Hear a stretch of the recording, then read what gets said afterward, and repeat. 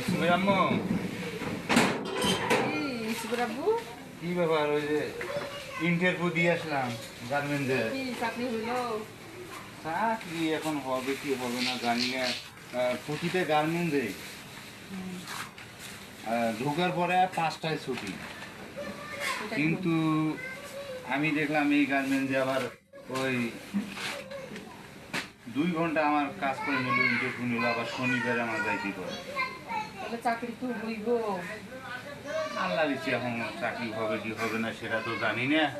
দেখো ঢাকায় আইছি, হ্যাঁ, রুম ভাড়া তো 3000, চাকরি যদি না হয় তাহলে কেমন চলবো কত দেখি। চাকরি তো আল্লাহ দিচ্ছে, আল্লাহ মিলে দিবে। কিন্তু ভাত টাত রান্না করছো তুমি? ভাত তো রান্না করছি, ডাল আর আলু ভর্তা। দেখি শনিবারে যদি চাকরি হয় তাহলে আমার ভালো, আর না হলে ঢাকা শহরে তো বই থেকে লাভ নাই। সেটাই তো। হ্যাঁ, তা সাইডের কাজ করি, তাহলে দিন কাটাবো। হ্যাঁ, পরে আস্তে আস্তে আসলে তো সংসারটা চলবো। আচ্ছা ঠিক আছে।